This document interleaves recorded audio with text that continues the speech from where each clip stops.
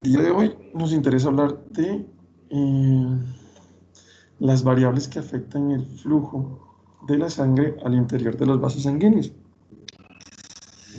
Vamos a tratar de organizar todas esas variables, una vez definidas, en tres leyes que definen la circulación de la sangre al interior de los vasos sanguíneos. Esas tres leyes son la ley de Ohm, la ley de Laplace y la ley de Hagen-Nicoraz-Sepuasser.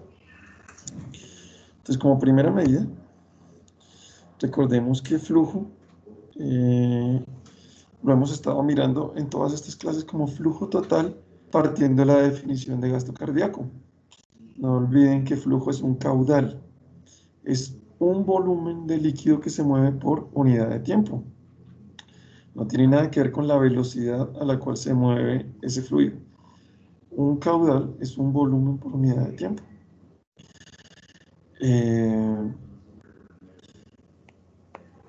La sangre es un fluido no newtoniano. Tiene una tendencia a solidificarse cuando se expone a cualquier cosa que no sea el endotelio.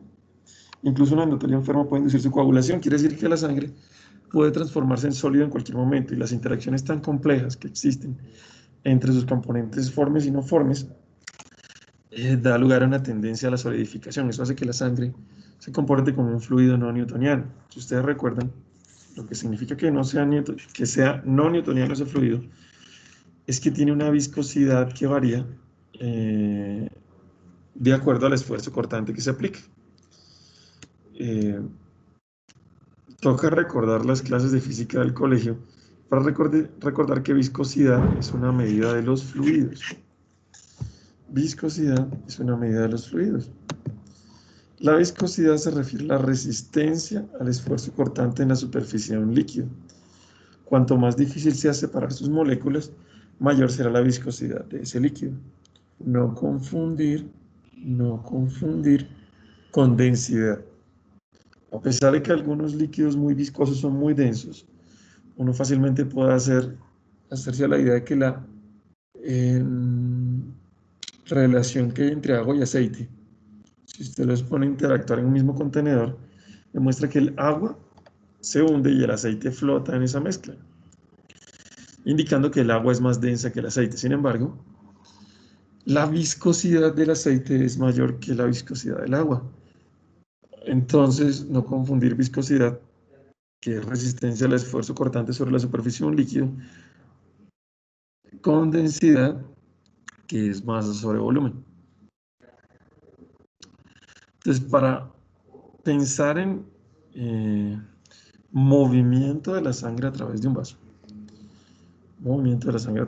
toca considerar entonces, la sangre no es un fluido newtoniano, los vasos sanguíneos no son cilindros perfectos, pero hay varios modelos que utilizan esas presunciones para hacer predicciones bastante adecuadas de cómo se mueve la sangre al interior de los vasos sanguíneos. La primera ley que tenemos que revisar es la ley de Ohm. La ley de Ohm, si ustedes recuerdan, para física eléctrica, expresa que hay una relación proporcional entre el movimiento de cargas, es decir, la intensidad de la corriente, el número de cargas por unidad de tiempo. Hay una relación proporcional con el voltaje y una relación inversa con la resistencia.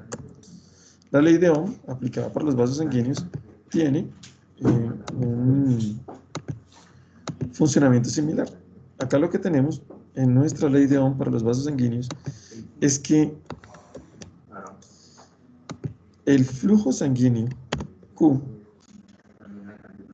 va a ser proporcional, el flujo va a ser proporcional a el delta de presiones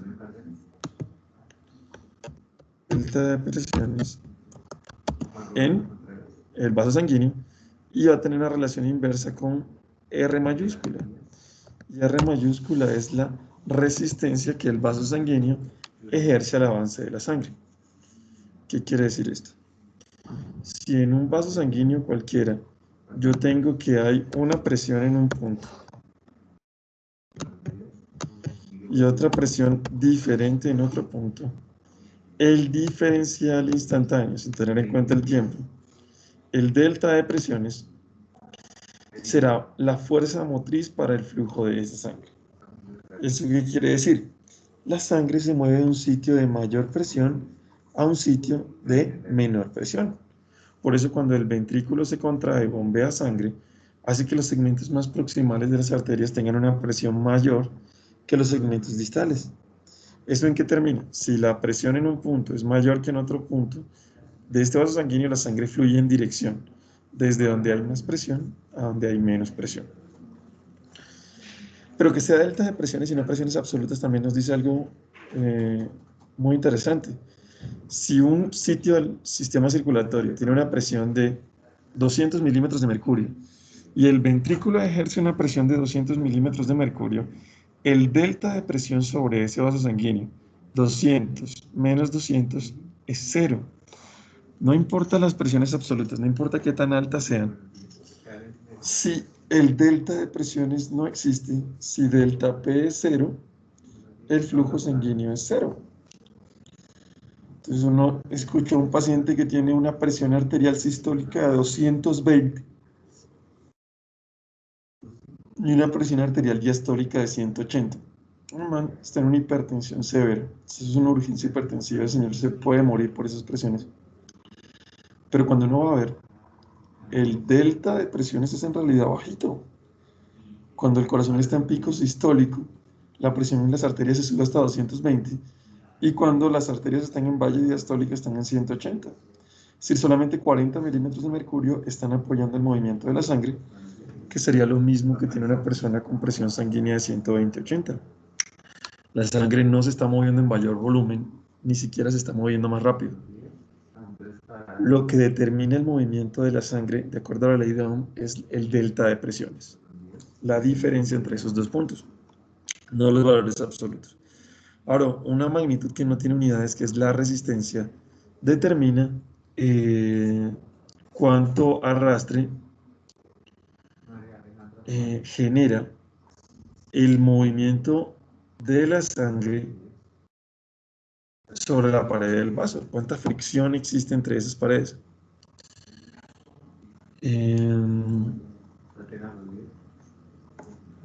Esa fricción va a determinar cuánta energía del movimiento de la sangre se pierde venciendo esa fricción y cuánta se ejecuta finalmente en movimiento. Quiere decir que cuanta más resistencia haga el vaso sanguíneo al avance de la sangre, cuanta más resistencia haga el vaso sanguíneo al avance de la sangre, menor flujo sanguíneo por unidad de tiempo tendré.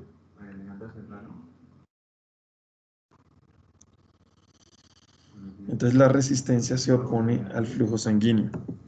Cuanto mayor la resistencia, menor el flujo sanguíneo. Ley de Ohm me dice, el flujo sanguíneo es proporcional al delta de presiones e inverso a la resistencia. Cuanto mayor el delta de presiones, mayor el flujo sanguíneo. Cuanto mayor la resistencia, menor el flujo sanguíneo. Luego, nos apoyamos en la ley de Laplace para poder determinar la aparición de esa magnitud que está en el numerador del delta de presiones como un determinante del flujo sanguíneo. Entonces, ¿qué dice Laplace? Laplace dice que el flujo sanguíneo al interior de un vaso, recuerden que esto nos va a ayudar a definir el delta de presiones. Entonces, la presión en cualquier punto de un vaso sanguíneo, la presión en cualquier punto de un vaso sanguíneo estará determinada por la relación que hay entre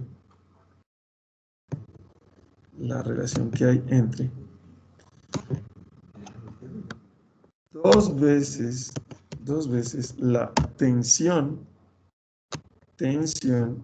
a través de la pared del vaso sobre R minúscula, el radio del vaso. Entonces acá nos toca pensar un poquito en los términos que llamamos presión y que llamamos tensión. La fuerza,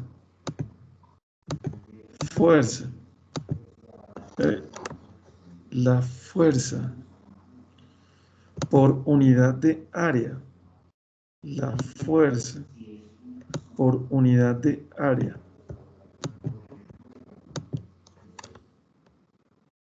La sangre ejerce sobre las paredes de los vasos sanguíneos. Fuerza por unidad de área que la sangre ejerce sobre las paredes de los vasos sanguíneos es la presión sanguínea. Es decir, es una magnitud que está relacionada con el volumen de sangre al interior de los vasos sanguíneos. Pero, si recuerdan Newton, acción-reacción, yo tengo una fuerza de igual magnitud, pero de dirección opuesta, una fuerza de igual magnitud, pero de dirección opuesta, que voy a llamar de la siguiente manera. La fuerza, ahora estoy hablando de un sólido, ya no tengo que hablar del área, por unidad de longitud que la pared del vaso ejerce sobre la sangre que está al interior, la vamos a llamar tensión vascular. La fuerza por unidad de longitud que la pared del vaso ejerce sobre la sangre que está al interior, yo la voy a llamar tensión vascular. Tensión vascular. Entonces la presión es una magnitud que asociamos con la sangre y la tensión es una magnitud que asociamos con la pared del vaso. Entonces, cuando estas fuerzas están en equilibrio, el vaso sanguíneo mantiene un radio constante. Sin embargo, cuando la presión supera la tensión, vamos a tener un fenómeno de vasodilatación. Y cuando la tensión supera la presión, vamos a tener un fenómeno de vasoconstricción. Entonces, mientras que la presión está siendo ejercida por el volumen sanguíneo al interior del vaso, la tensión está siendo ejercida por la pared muscular del vaso sanguíneo. Cuanto mayor la capa muscular y mayor el tono de esa capa muscular, mayor la tensión vascular. Por eso cuando una persona tiene cifras de presión sanguínea elevada, esta enfermedad suele denominarse hipertensión arterial. Esta enfermedad se origina en la pared del vaso y su interacción con la sangre, más no es un trastorno por sí de hipervolemia. ¿A qué va eso? Si usted comprime el vaso, es decir, aumenta la tensión y el volumen interno no tiene a dónde desplazarse, la presión al interior de ese vaso sanguíneo se incrementa. Espichar ese tubo aumenta la presión del líquido al interior. Eso quiere decir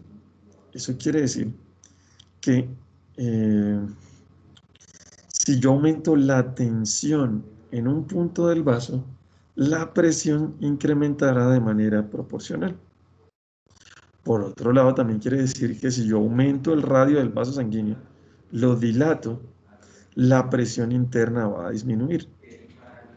Se ponen términos muy complicados, pero imagínense que estamos hablando, yo qué sé, imagínense que estamos hablando de un tubo de pasta dental. Un tubo de pasta dental es lo que estamos hablando. Olvídense de sangre, olvídense de vasos sanguíneos, es un tubo de pasta dental. Entonces, ¿cómo hace uno para extraer crema del tubo? Pues entonces, usted comprime las paredes del tubo y cuando usted comprime las paredes del tubo, usted lo que está haciendo es aumentando la tensión de la pared sobre el líquido interno. ¿Y qué dice la plaza? Si yo aumento la tensión, pues la presión al interior se incrementa. Al incrementar la presión al interior de este tubo, esta presión del fondo del tubo se hace mayor que la presión en la cabeza del tubo. Entonces tengo un delta de presiones que moviliza la crema hacia afuera. Espérenme un momentico, chicos.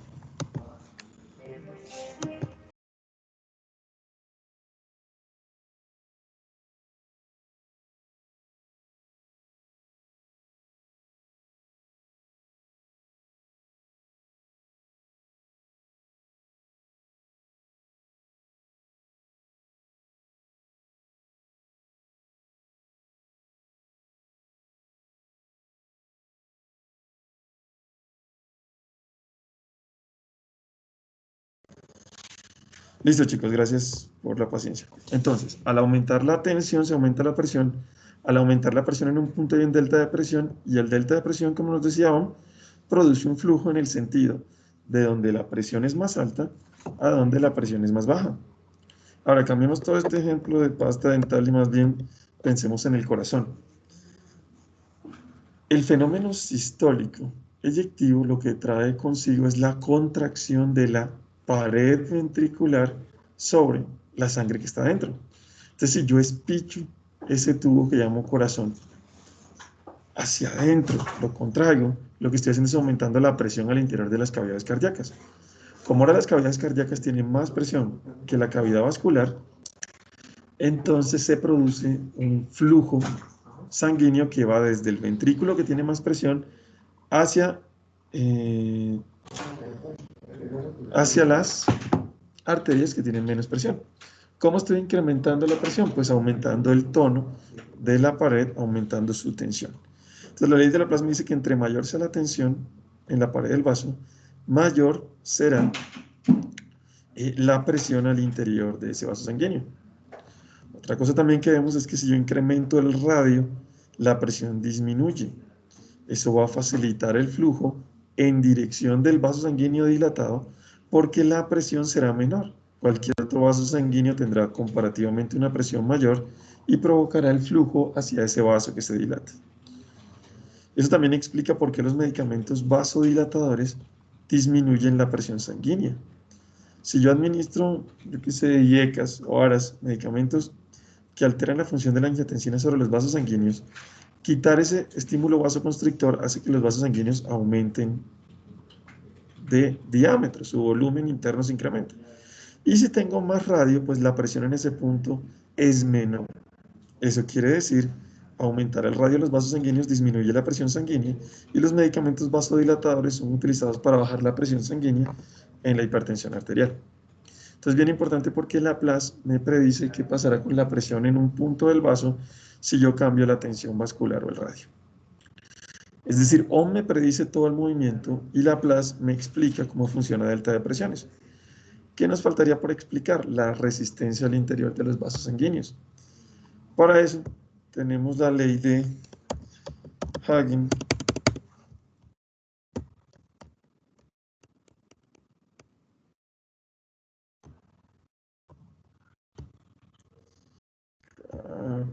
Tenemos la ley de Hagen, Nikuradse, Poiseuille. Menciono solamente esos tres, pero hay más de 25 científicos incluidos en el desarrollo de esta ley.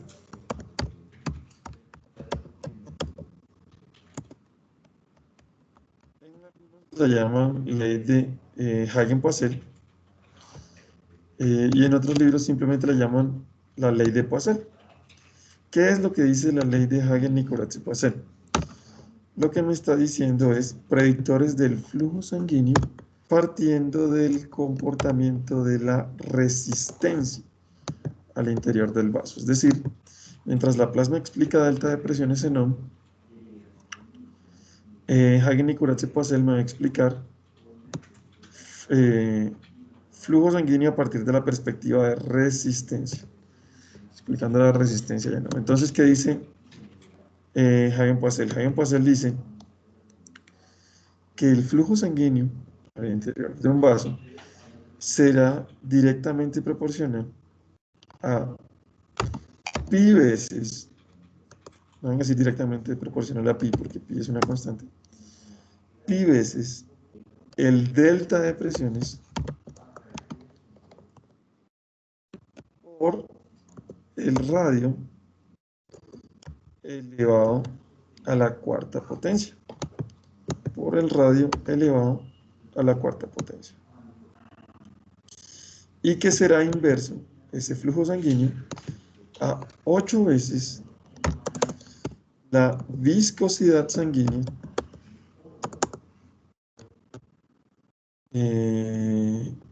por la longitud de ese vaso sanguíneo. Entonces nos toca ahí detenernos un poquito y estudiar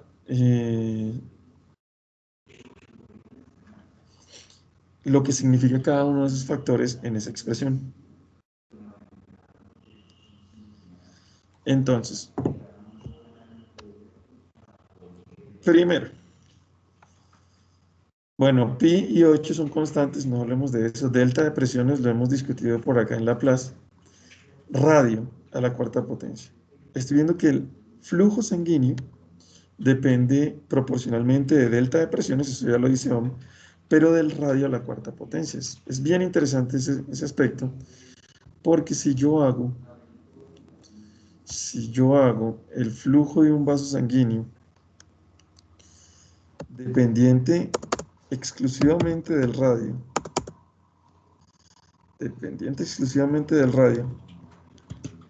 para un radio de 1, yo tendría un flujo de 1. Sin embargo, si yo duplico el radio, el flujo sanguíneo no se va a duplicar. Lo que voy a tener es el radio elevado a la cuarta potencia. Es decir, si yo duplico el radio, el flujo sanguíneo sería 2 por 2, 4 por 2, 8 por 2, 16 veces. Duplicar el radio del vaso va a aumentar el flujo sanguíneo 16 veces. Y si yo llego por acá al límite teórico de distensión de los vasos, si triplico el radio del vaso sanguíneo, yo voy a tener que el flujo sanguíneo se incrementa unas 81 veces. 3 por 3 por 3 por 3. Esto es muy, muy importante porque, anoten esto por favor en mayúsculas, mientras que el principal determinante de la existencia del flujo sanguíneo, mientras que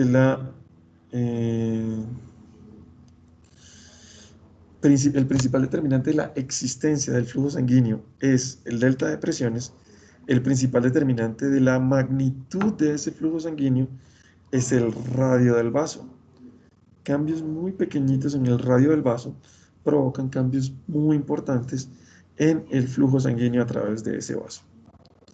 Ahora, los que son inversos tienen que ver con el arrastre que hablábamos, con la resistencia. Primero, la viscosidad sanguínea. Cuanto más viscosa sea la sangre, más fricción genera contra las paredes sus componentes formes y por tanto menor el flujo sanguíneo.